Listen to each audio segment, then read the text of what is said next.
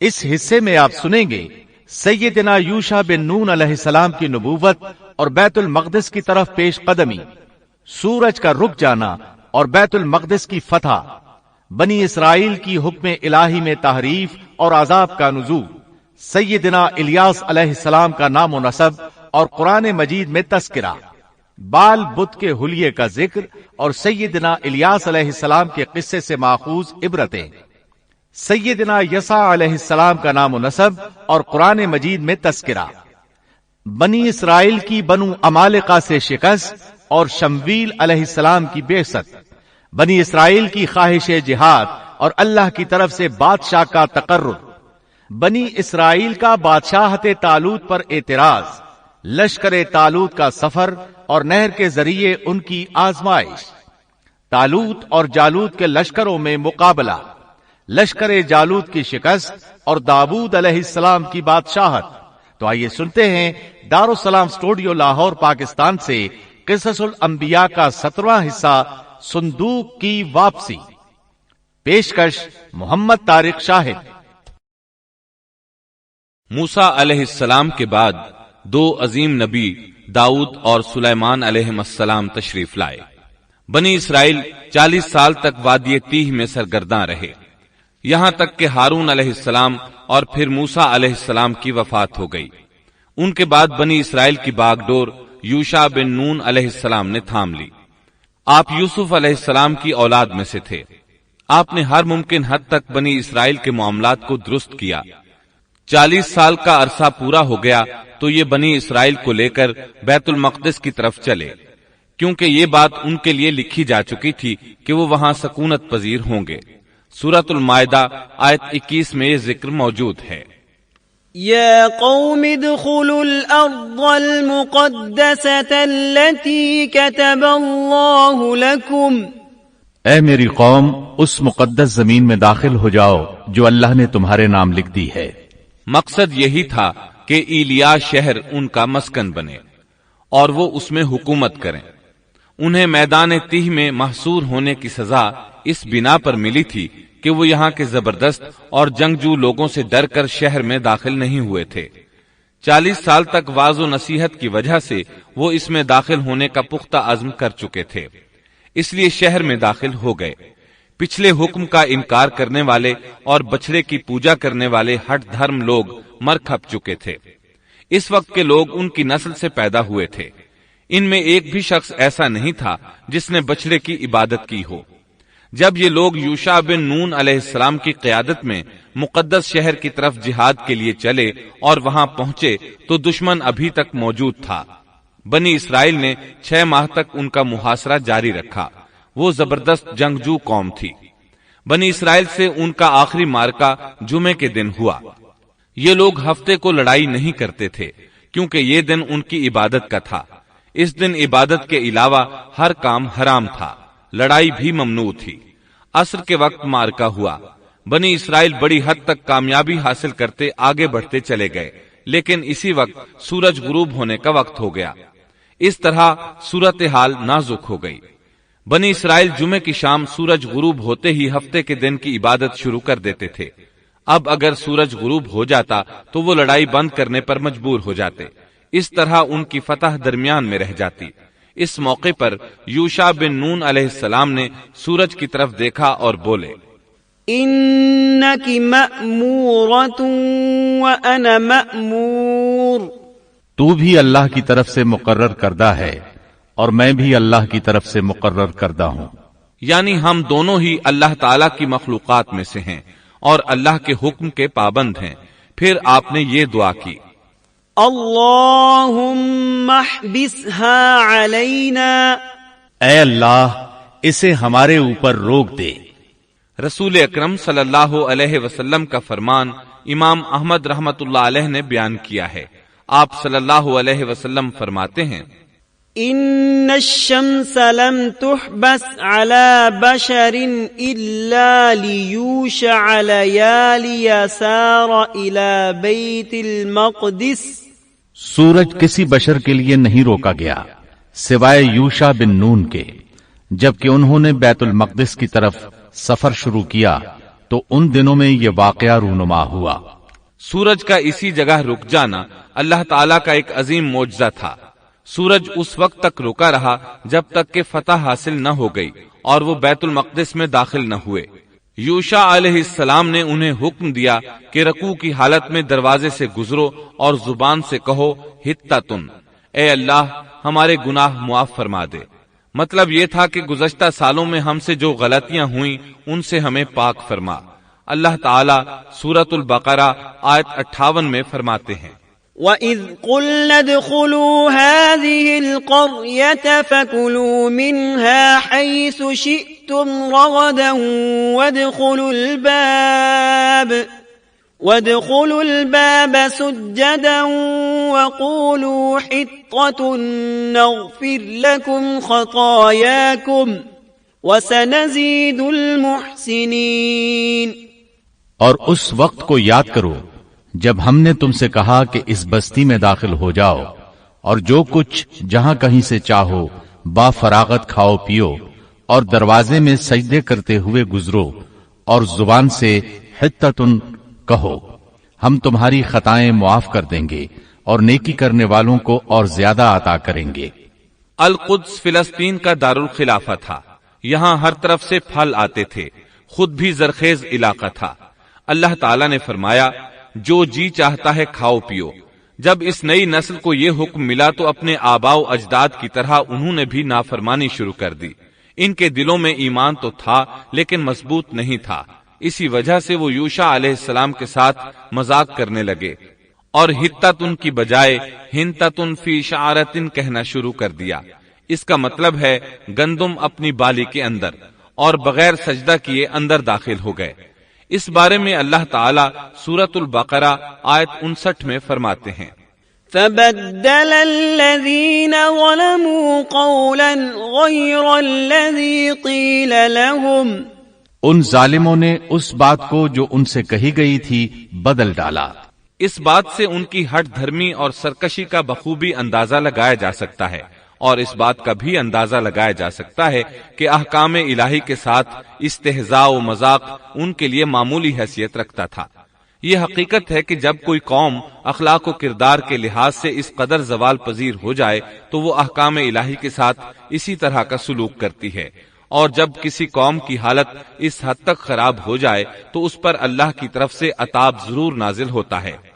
چنانچہ ان پر بھی عذاب الہی کا کوڑا برسا۔ اللہ تعالیٰ سورۃ البقرہ آیت 59 میں فرماتے ہیں، فَأَنزَلْنَا عَلَى الَّذِينَ ظَلَمُوا رِجْزًا مِّنَ السَّمَاءِ بِمَا كَانُوا يَفْسُقُونَ۔ ہم نے بھی ان ظالموں پر ان کے فسق اور نافرمانی کی وجہ سے آسمانی عذاب نازل کیا۔ ان لوگوں نے اپنی ہٹ دھرمی کی وجہ سے اللہ کے احکامات میں تبدیلی کی، اس طرح آیات الہیہ میں تحریف کا دروازہ کھلا اور یہ لوگ تورات اور کلام الہی میں تبدیلیاں کرنے لگے۔ بنی اسرائیل میں یہ سلسلہ اس وقت سے شروع ہوا، نتیجہ یہ کہ ان پر عذاب نازل ہوا۔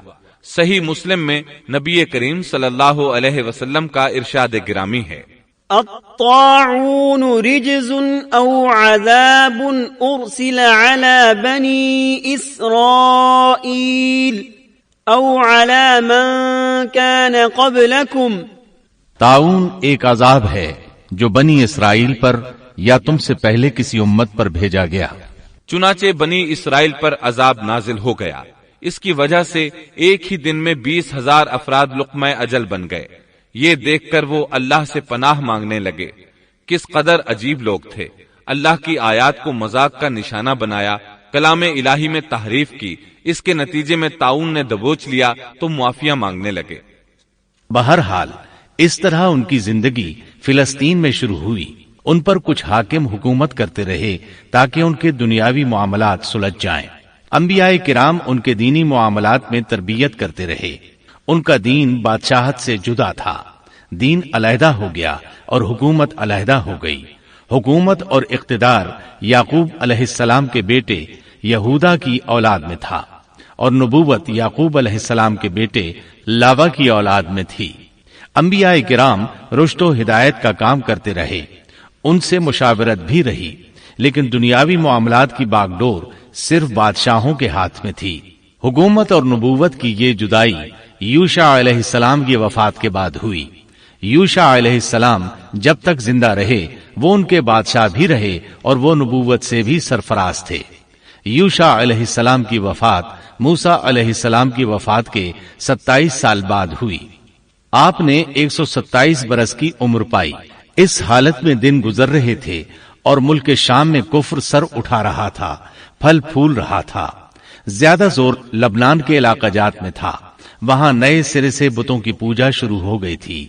اللہ کی طرف سے ہدایت آ جانے کے بعد وہ پھر سے خباثتوں پر اتر آئے تھے۔ ان حالات میں بعلبک شہر میں بنی اسرائیل کا ایک ایسا گروہ ظاہر ہوا جنہوں نے ایک بت ایجاد کیا، اس کا نام بعل رکھا۔ اسی کے نام پر شہر کا نام بعلبک ہے۔ اللہ تعالیٰ نے ان کی طرف معزز پیغمبر الیاس علیہ السلام کو مبعوث فرمایا۔ آپ کا سلسلہ نسب یوں ہے: الیاس بن یاسین بن فنحاس بن ایزار بن ہارون علیہ السلام۔ اللہ تعالیٰ سورۃ الصافات آیات 123 تا 132 میں ان کا تذکرہ یوں فرماتے ہیں: وَإِنَّ إِلْيَاسَ لَمِنَ الْمُرْسَلِينَ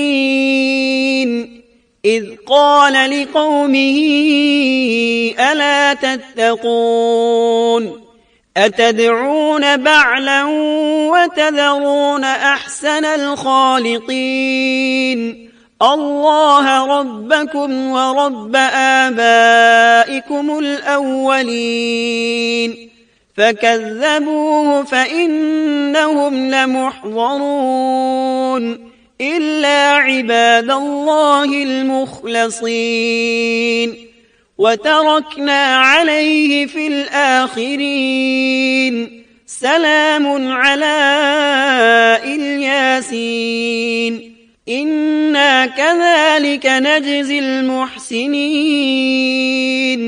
إِنَّهُ مِنْ عِبَادِنَا الْمُؤْمِنِينَ۔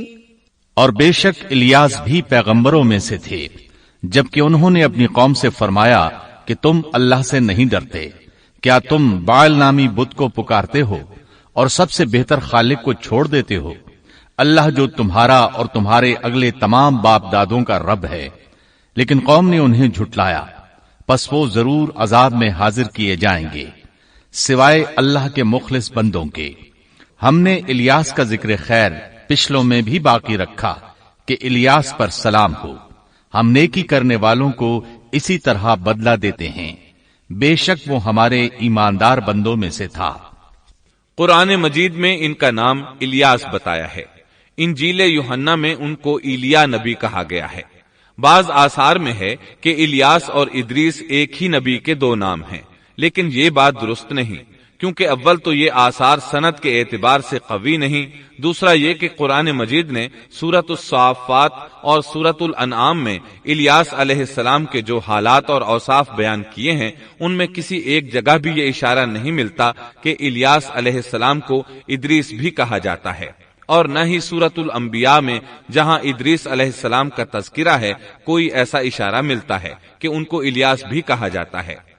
مورخین نے ادریس اور الیاس علیہ السلام کے جو نسب نامے بیان کیے ہیں ان سے پتہ چلتا ہے کہ ان دونوں نبیوں کے درمیان صدیوں کا فاصلہ ہے، لہٰذا اگر یہ ایک ہی نبی کے دو نام ہوتے تو قرآن مجید ضرور اس کی طرف اشارہ کرتا اور مورخین بھی اس کی کوئی وجہ بیان کرتے۔ مفسرین اور مورخین کا اتفاق ہے کہ الیاس علیہ السلام شام کے باشندوں کی ہدایت کے لیے بھیجے گئے تھے، اور مشہور شہر بعلبک ان کی رسالت و تبلیغ کا مرکز تھا۔ الیاس علیہ السلام کی قوم مشہور بت بعل کی پرستار تھی اور توحید سے بیزار اور شرک و کفر میں مبتلا تھی۔ اللہ کے برگزیدہ رسول الیاس علیہ السلام نے ان کو سمجھایا اور راہ ہدایت انہیں دکھائی اور بت پرستی کے خلاف انہیں واضح و نصیحت کی اور خالص توحید کی جانب انہیں بلایا۔ کتب تفاسیر میں ہے کہ بعل نامی بت سونے کا تھا اور اس کا قد 20 گز تھا اور اس کے 4 منہ تھے اور اس کی خدمت پر 400 خادم مقرر تھے۔ الیاس علیہ السلام کے زمانے میں یمن اور شام کا محبوب دیوتا یہی بت تھا اور بعض مورخین کا خیال ہے کہ حجاز کا مشہور بت حبل بھی یہی بعل تھا۔ سورۃ الانعام میں الیاس علیہ السلام کا جن آیات کے اندر ذکر آیا ہے وہ نوح اور ابراہیم علیہ السلام کی اولاد اور ان کی نسل کے انبیاء و رسل کی ایک مختصر فہرست ہے۔ اللہ تعالیٰ سورۃ الانعام آیت 84 تا 86 میں فرماتے ہیں، وَوَهَبْنَا لَهُ إِسْحَاقَ وَيَعْقُوبَ كُلًّا هَدَيْنَا وَنُوحًا هَدَيْنَا مِن قَبْلُ وَمِن ذُرِّيَّتِهِ دَاوُودَ وَسُلَيْمَانَ وَأَيُّوبَ وَيُوسُفَ وَمُوسَى وَهَارُونَ وَكَذَلِكَ نَجْزِي الْمُحْسِنِينَ وَزَكَرِيَّا وَيَحْيَى وَعِيسَى وَإِلْيَاسَ كُلٌّ مِّنَ الصَّالِحِينَ وَإِسْمَاعِيلَ وَالْيَسَعَ وَيُونُسَ وَلُوطًا وَكُلًّا فَضَّلْنَا عَلَى الْعَالَمِينَ۔ اور ہم نے ان کو اسحاق دیا اور یعقوب، ہر ایک کو ہم نے ہدایت کی، اور پہلے زمانے میں ہم نے نوح کو ہدایت کی، اور ان کی اولاد میں سے داود کو اور سلیمان کو اور ایوب کو اور یوسف کو اور موسیٰ کو اور ہارون کو، اور اسی طرح ہم نیک کام کرنے والوں کو جزا دیا کرتے ہیں۔ اور نیز زکریا کو اور یحییٰ کو اور عیسیٰ کو اور الیاس کو، یہ سب نیک لوگوں میں سے تھے۔ اور نیز اسماعیل کو اور یسع کو اور یونس کو اور لوط کو، اور ان میں سے ہر ایک کو تمام جہان والوں پر ہم نے فضیلت دی۔ الیاس علیہ السلام اور ان کی قوم کا واقعہ اگرچہ قرآن میں بہت مختصر ہے، تاہم اس سے یہ سبق حاصل ہوتا ہے کہ بنی اسرائیل کے یہود کی ذہنیت اس درجہ مسخ ہو چکی تھی کہ دنیا کی کوئی برائی ایسی نہیں تھی کہ جس کے کرنے پر یہ حریص نہ ہوں، اور کوئی خوبی ایسی نہ تھی جس کے یہ دل دادا ہوں، اور انبیاء و رسل کے ایک طویل اور مسلسل سلسلے کے باوجود بت پرستی، نجوم پرستی، عناصر پرستی، غرض غیر اللہ کی پرستش کا کوئی شعبہ ایسا نہ تھا جس کے یہ پرستار نہ بنے ہوں۔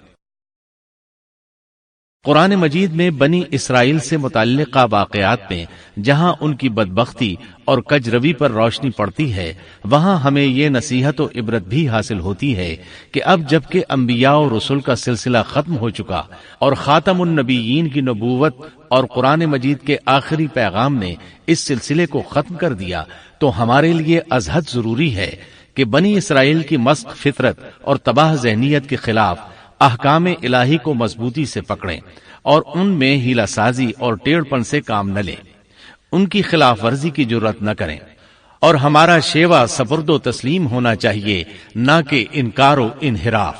اسلام کے یہی اور صرف یہی معنی ہے۔ الیاس علیہ السلام کے بعد یسع علیہ السلام تشریف لائے۔ اللہ تعالیٰ نے ان کا ذکر سورۃ الانعام آیت 86 میں فرمایا ہے، وَإِسْمَاعِيلَ وَالْيَسَعَ وَيُونُسَ وَلُوطًا وَكُلًّا فَضَّلْنَا عَلَى الْعَالَمِينَ۔ اور اسماعیل کو اور یسع کو اور یونس کو اور لوط کو، اور ان میں سے ہر ایک کو تمام جہان والوں پر ہم نے فضیلت دی۔ اسی طرح سورہ صاد آیت 48 میں فرمایا، وَاذْكُرْ إِسْمَاعِيلَ وَالْيَسَعَ وَذَا الْكِفْلِ وَكُلٌّ مِّنَ الْأَخْيَارِ۔ اور اسماعیل، یسع اور ذوالکفل کا بھی ذکر کیجئے، یہ سب بہترین لوگ تھے۔ یسع علیہ السلام بعض مورخین کے نزدیک ہارون علیہ السلام کی اولاد میں سے ہیں، اور بعض کے بقول یوسف علیہ السلام کی نسل سے ہیں، اور یہ الیاس علیہ السلام کے چچا زاد بھائی تھے۔ ان کے باپ کا نام عدی تھا، گویا آپ کا پورا نام یسع بن عدی علیہ السلام تھا۔ یسع علیہ السلام کے بارے میں بھی کسی اہل علم نے تفصیل بیان نہیں کی، صرف اتنا مذکور ہے کہ وہ پیغمبروں میں سے تھے۔ اللہ تعالیٰ نے ان کا قصہ ذکر نہیں فرمایا، نہ صحیح احادیث میں ان کے بارے میں کچھ ذکر آیا ہے، بس اسرائیلی روایات ملتی ہیں۔ یسع علیہ السلام الیاس علیہ السلام کے نائب اور خلیفہ تھے، چھوٹی عمر ہی سے ان کی رفاقت میں رہنے لگے تھے، اور ان کی وفات کے بعد اللہ تعالیٰ نے بنی اسرائیل کی ہدایت و رہنمائی کے لیے یسع علیہ السلام کو نبوت سے سرفراز فرمایا، اور انہوں نے الیاس علیہ السلام کے طریقے ہی پر بنی اسرائیل کی رہنمائی فرمائی۔ یہ معلوم نہیں ہو سکا کہ انہوں نے کتنی عمر مبارک پائی اور بنی اسرائیل میں کتنے عرصے تک حق تبلیغ ادا کیا۔ یسع علیہ السلام کی وفات کے بعد بنی اسرائیل بدحالی کا شکار ہو گئے، ان پر جابر حکمران مسلط ہو گئے، انہوں نے دین کو دنیا سے جدا کر دیا، ان حکمرانوں نے خوب ظلم کیا۔ بنی اسرائیل میں سے ہونے کے باوجود وہ بہت بڑے فاسق بن کر سامنے آئے، وہ لوگوں کو اپنا غلام بنا کر رکھتے۔ دوسری طرف بنی اسرائیل کئی مارکوں میں شکست سے دوچار ہوئے۔ بنو عمالقہ کے ساتھ ایک مارکے میں تو انہیں نہایت بری طرح شکست ہوئی، اور بنو عمالقہ نے بنی اسرائیل سے وہ تابوت چھین لیا جو کہ لکڑی کا تھا، اور وہ اس سے برکت حاصل کیا کرتے تھے۔ اپنے مارکوں اور لڑائیوں میں وہ اس کو ساتھ لے جایا کرتے تھے۔ جب بنی اسرائیل اس کو دیکھتے تو ان پر سکینت بھی نازل ہوا کرتی تھی۔ اس تابوت میں آل موسیٰ اور آل ہارون کے باقی ماندہ آثار تھے۔ کہا جاتا ہے کہ اسی میں موسیٰ علیہ السلام کے صحیفے اور تورات کی تختیاں تھیں۔ موسیٰ علیہ السلام کا عصا بھی تھا، آپ کے کپڑے بھی محفوظ تھے۔ اسی طرح ہارون علیہ السلام کی کچھ نشانیاں بھی تھیں، بلکہ ایک روایت میں تو یہ بھی ہے کہ اس میں آسمان سے نازل ہونے والا من و سلوہ کا مرتبان بھی تھا جو وہ وادی تیہ میں کھاتے رہے تھے۔ بہرحال یہ صندوق اس مارکے میں ان کے ہاتھوں سے نکل گیا، اس پر بنو عمالقہ نے قبضہ کر لیا۔ اس طرح بنی اسرائیل کا افتراق اور انتشار بڑھتا چلا گیا، یہاں تک کہ بادشاہوں پر بھی اس کے اثرات پڑے اور یہ صندوق انہیں بھی نہ مل سکا، یہاں تک کہ اللہ کے ایک معزز پیغمبر شمویل علیہ السلام ظہور پذیر ہوئے۔ انہیں شمعون بھی کہا جاتا ہے، عربی زبان میں اس کے مترادف لفظ اسماعیل بنتا ہے، اور ان کا نام شمویل اس وقت عربی زبانوں کی کتابوں میں عام ہو چکا ہے۔ شمویل علیہ السلام نے دعوت توحید شروع کی، انہیں حق کی طرف بلانے لگے۔ چونکہ بنی اسرائیل اپنے انتشار اور تفرقے کو ایک عظیم مصیبت سمجھ رہے تھے، وہ ان کی دعوت کو قبول کرنے لگے۔ پھر انہیں یہ احساس ہوا کہ ایک بادشاہ کا ہونا بھی نہایت ضروری ہے تاکہ وہ ان کے دنیاوی معاملات اور سیاسی امور کی باغ ڈور سنبھالے۔ چنانچہ اکٹھے ہو کر شمویل علیہ السلام کے پاس آئے، کہنے لگے، ہم میں سے ایک شخص کو منتخب کر دیجئے جو ہم پر حکومت کرے، اور ظالموں سے بدلہ لینے کے لیے جب لڑائی ہو تو وہ ہماری قیادت کرے۔ قرآن کریم میں اس قصے کو بہت وضاحت سے بیان کیا گیا ہے۔ اللہ تعالیٰ سورۃ البقرہ آیت 246 میں فرماتے ہیں، أَلَمْ تَرَ إِلَى الْمَلَإِ مِنْ بَنِي إِسْرَائِيلَ مِنْ بَعْدِ مُوسَى إِذْ قَالُوا لِنَبِيٍّ لَهُمُ ابْعَثْ لَنَا مَلِكًا نُقَاتِلْ فِي سَبِيلِ اللَّهِ قال هل عسيتم إن كتب عليكم القتال ألا تقاتلوا قالوا وما لنا ألا نقاتل في سبيل الله وقد أخرجنا من ديارنا وأبنائنا فلما كتب عليهم القتال تولوا إلا قليلا منهم والله عليم بالظالمين۔ کیا آپ نے موسیٰ کے بعد والی بنی اسرائیل کی جماعت کو نہیں دیکھا جبکہ انہوں نے اپنے پیغمبر سے کہا کہ کسی کو ہمارا بادشاہ بنا دیجئے تاکہ ہم اللہ کی راہ میں جہاد کریں؟ پیغمبر نے کہا، ممکن ہے کہ جہاد فرض ہو جانے کے بعد تم جہاد نہ کرو۔ انہوں نے کہا، بھلا ہم اللہ کی راہ میں جہاد کیوں نہ کریں گے؟ ہم تو اپنے گھروں سے نکالے گئے ہیں اور بچوں سے دور کر دیے گئے ہیں۔ پھر جب ان پر جہاد فرض ہوا تو سوائے تھوڑے سے لوگوں کے سب پھر گئے، اور اللہ ظالموں کو خوب جانتا ہے۔ اللہ تعالیٰ فرما رہے ہیں کہ یہ واقعہ موسیٰ علیہ السلام کے بعد پیش آیا، اور علماء اس پر متفق ہیں کہ یہ شمویل علیہ السلام کا واقعہ ہے۔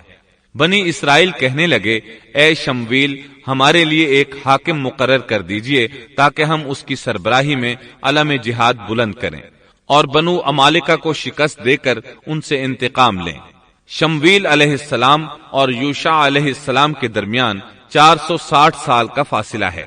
بنی اسرائیل کو جہاد کیے ایک طویل عرصہ گزر چکا تھا جبکہ وہ فتح یاب ہوئے تھے۔ اس وقت تو وہ بری طرح شکست خوردہ تھے۔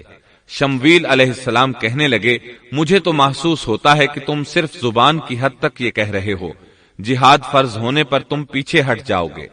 انہوں نے کہا، یہ کیسے ممکن ہے جبکہ بنو امالکہ نے ہمیں بہت تکالیف پہنچائی ہیں، ہمیں القدس سے نکال دیا۔ بخت نصر بادشاہ نے ہماری بہت بڑی تعداد کو قتل کیا ہے، لہٰذا ہم تو ان سے ضرور لڑیں گے۔ پھر اللہ تعالیٰ نے شمویل علیہ السلام پر وحی نازل کی کہ جہاد فرض ہو چکا ہے۔ جب بنی اسرائیل نے یہ خبر سنی تو سوائے چند ایک کے سب نے جہاد سے منہ موڑ لیا، اور یہ وہی لوگ تھے جو کچھ دیر پہلے پختہ عہد و پیمان کر رہے تھے کہ ہم جہاد کریں گے۔ شمویل علیہ السلام کے ساتھ رہنے والوں کی تعداد 8000 تھی، جبکہ پیچھے ہٹنے والے لاکھوں کی تعداد میں تھے، اس لیے کہ جب بنی اسرائیل مصر سے آئے تھے تو ان کی تعداد 6 لاکھ تھی، اور اس وقت تک تعداد بہت بڑھ چکی تھی۔ اب جو لوگ جہاد کے لیے تیار ہوئے انہوں نے پوچھا کہ ہماری قیادت کون کرے گا؟ شمویل علیہ السلام نے انہی میں سے ایک شخص طالوت کو منتخب کیا۔ طالوت بن قیش یعقوب علیہ السلام کے بیٹے بنیامین کی نسل سے تھا۔ طالوت سے پہلے بنی اسرائیل کے جتنے بادشاہ تھے تمام کے تمام یہودا بن یعقوب کی نسل سے تھے۔ بنی اسرائیل کو بہت تعجب ہوا، انہیں امید تھی کہ ان کا بادشاہ یہودا کی نسل سے ہوگا، لیکن ہو گیا بنیامین کی نسل سے۔ چنانچہ انہوں نے اسے تسلیم کرنے سے انکار کر دیا اور آگے سے باطل تعویلات کرنے لگے۔ اللہ تعالیٰ سورۃ البقرہ آیت 247 میں فرماتے ہیں، وقال لهم نبيهم إن الله قد بعث لكم طالوت ملكا قالوا أنى يكون له الملك علينا ونحن أحق بالملك منه ولم يؤت سعة من المال قال إن الله اصطفاه عليكم وزاده بسطة في العلم والجسم والله يؤتي ملكه من يشاء والله واسع عليم۔ اور ان سے ان کے نبی نے فرمایا کہ اللہ تعالیٰ نے طالوت کو تمہارا بادشاہ بنا دیا ہے، تو وہ کہنے لگے کہ بھلا اس کی ہم پر حکومت کیسے ہو سکتی ہے؟ اس سے تو کہیں زیادہ بادشاہت کے حقدار ہم ہیں، اس کو تو مال میں فراخی بھی نہیں عطا کی گئی ہے۔ نبی نے فرمایا، سنو، اللہ تعالیٰ نے اسی کو تم پر برگزیدہ کیا ہے، اسے علمی اور جسمانی برتری بھی عطا فرمائی ہے۔ بات یہ ہے کہ اللہ جسے چاہے اپنا ملک دے، اللہ تعالیٰ کشادگی والا، علم والا ہے۔ طالوت ایک غریب آدمی تھا، مالی حیثیت بھی اچھی نہیں تھی، چمڑوں کو رنگ کر پیٹ پالتا تھا، لیکن اس وقت علم و حکمت میں اس کا کوئی ثانی نہیں تھا، اور جسمانی ڈیل ڈول بھی اس قدر تھا کہ جو ایک بار دیکھتا ہی رہ جاتا۔ اللہ نے اسے بہت اچھا جسم اور اعضاء عطا فرمائے تھے، رنگ بھی سفید تھا، لیکن چونکہ وہ یہودا کی نسل سے نہیں تھا اس لیے وہ کہنے لگے، اس کی نسبت تو ہم زیادہ حقدار ہیں کہ بادشاہ بنے۔ ان کی بات کا جواب شمویل علیہ السلام نے یہ دیا کہ یہ انتخاب میرا نہیں، اللہ تعالیٰ کا ہے، اور بادشاہت کے لیے عقل اور جسمانی طاقت کی ضرورت ہوتی ہے۔ بادشاہت یوں بھی اللہ کے اختیار میں ہے، جسے چاہے عطا کر دے۔ یہ سن کر ان میں سے اکثر نے لڑنے سے انکار کر دیا، اللہ کے نبی کی اطاعت بھی چھوڑ گئے۔ اس نازک موقع پر شمویل علیہ السلام نے ان سے کہا، اگر میں تمہارے پاس کوئی ایسا نشان اور معجزہ لے آؤں جو ثابت کر دے کہ یہ اللہ کا انتخاب ہے تو کیا تم میری باتوں پر یقین کر لو گے؟ وہ کہنے لگے، جی ہاں۔ چنانچہ اللہ نے انہیں ایک معجزہ عطا فرمایا۔ اس کا ذکر سورۃ البقرہ آیت 248 میں آیا ہے۔ وقال لهم نبيهم إن آية ملكه أن يأتيكم التابوت فيه سكينة من ربكم وبقية مما ترك آل موسى وآل هارون تحمله الملائكة إن في ذلك لآية لكم إن كنتم مؤمنين۔ ان کے نبی نے ان سے پھر کہا کہ اس کی بادشاہت کی ظاہری نشانی یہ ہے کہ تمہارے پاس وہ صندوق آ جائے گا جس میں تمہارے رب کی طرف سے دل جمعی ہے، اور آل موسیٰ اور آل ہارون کا بقیہ ترکہ ہے، فرشتے اسے اٹھا کر لائیں گے، یقیناً یہ تو تمہارے لیے کھلی دلیل ہے اگر تم ایماندار ہو۔ اس آیت میں اللہ تعالیٰ نے شمویل علیہ السلام کی نبوت اور طالوت کی بادشاہی ثابت کرنے کے لیے نازل ہونے والے معجزے اور علامات کا ذکر کیا ہے، یعنی وہ تابوت جسے بنو عمالقہ نے چھین لیا تھا وہ واپس آ جائے گا اور فرشتے اسے اٹھا کر لائیں گے۔ چنانچہ لوگوں کے دیکھتے ہی دیکھتے اللہ کے فرشتوں نے اس تابوت کو لا کر طالوت کے سامنے پیش کر دیا۔ یہ معجزہ دیکھ کر وہ مطیع ہو گئے۔ اب طالوت ان لشکروں کو لے کر دشمن کی طرف بڑھے۔ اللہ تعالیٰ سورۃ البقرہ آیت 249 میں فرماتے ہیں، فلما فصل طالوت بالجنود قال إن الله مبتليكم بنهر فمن شرب منه فليس مني ومن لم يطعمه فإنه مني إلا من اغترف غرفة بيده فشربوا منه إلا قليلا منهم۔ جب طالوت لشکروں کو لے کر نکلے تو کہا، سنو، اللہ تمہیں ایک نہر سے آزمانے والا ہے، جس نے اس میں سے پانی پی لیا وہ میرا نہیں، اور جو اسے نہ چکھے گا وہ میرا ہے۔ ہاں یہ اور بات ہے کہ اپنے ہاتھ سے ایک چلو بھر لے، لیکن سوائے چند کے باقی سب نے پانی پی لیا۔ جب طالوت نے سفر شروع کیا تو راستے میں ایک نہر آ گئی، ادھر لشکر پیاسا تھا۔ اللہ تعالیٰ نے اس کے ذریعے مخلص لوگوں کو الگ کرنے کے لیے ایک امتحان لیا۔ یہ نہر اردن تھی، فلسطین اور اردن کے درمیان رواں دواں تھی بھی وہ دونوں کے قبضے میں۔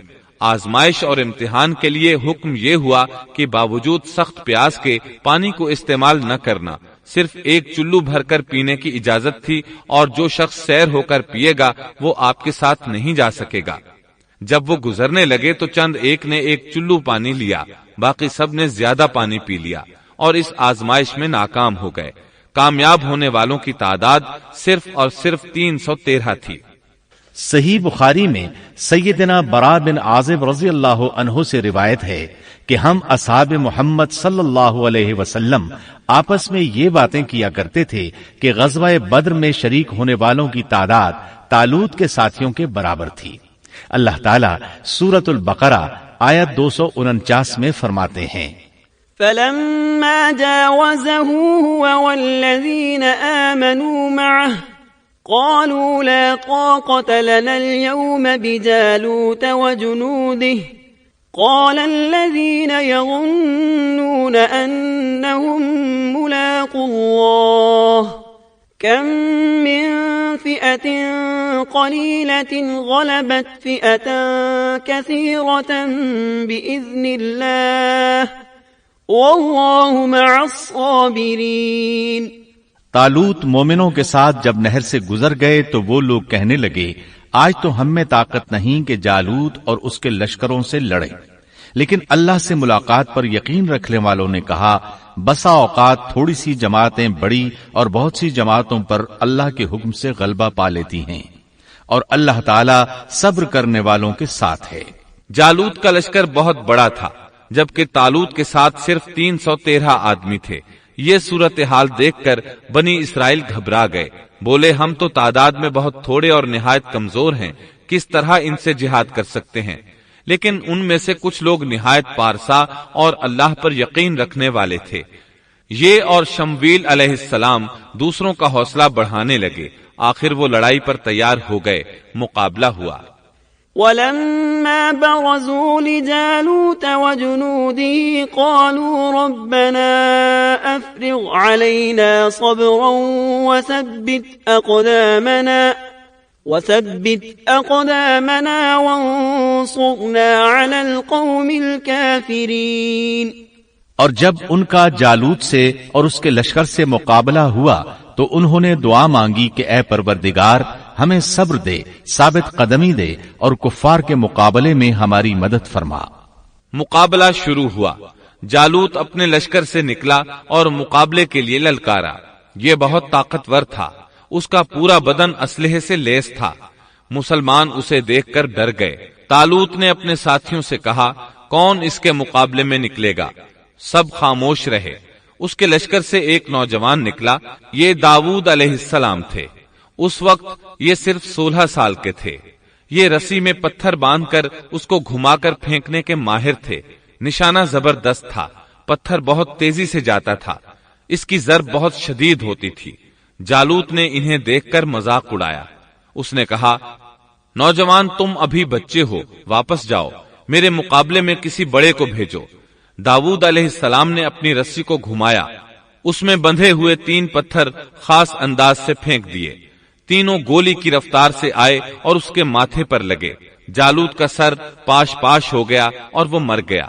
اس کے مرتے ہی جالوت کے لشکر میں خوف ہراس پھیل گیا۔ طالوت نے اپنے 313 مجاہدوں کے ساتھ ان پر حملہ کر دیا۔ ان میں کھلبلی مچ گئی، سنبھل نہ سکے، پیٹھ پھیر کر بھاگے۔ فهزموهم بإذن الله وقتل داود جالوت۔ پس اللہ تعالیٰ کے حکم سے انہوں نے جالوتیوں کو شکست دے دی اور داؤد کے ہاتھوں جالوت قتل ہو گیا۔ یوں اللہ تعالیٰ نے بنی اسرائیل کو دوبارہ غلبہ عطا فرمایا۔ فتح کے بعد طالوت نے داؤد علیہ السلام کو اپنا داماد بنا لیا۔ اس طرح داؤد علیہ السلام طالوت کے بعد بادشاہ بنے۔ اللہ تعالیٰ سورۃ البقرہ آیت 251 میں فرماتے ہیں، وآتاه الله الملك والحكمة وعلمه مما يشاء۔ اور اللہ تعالیٰ نے اسے بادشاہت اور حکمت عطا فرمائی اور جتنا کچھ چاہا علم بھی عطا فرمایا۔ اس طرح اللہ تعالیٰ نے داؤد علیہ السلام کو بنی اسرائیل کا بادشاہ بنا دیا۔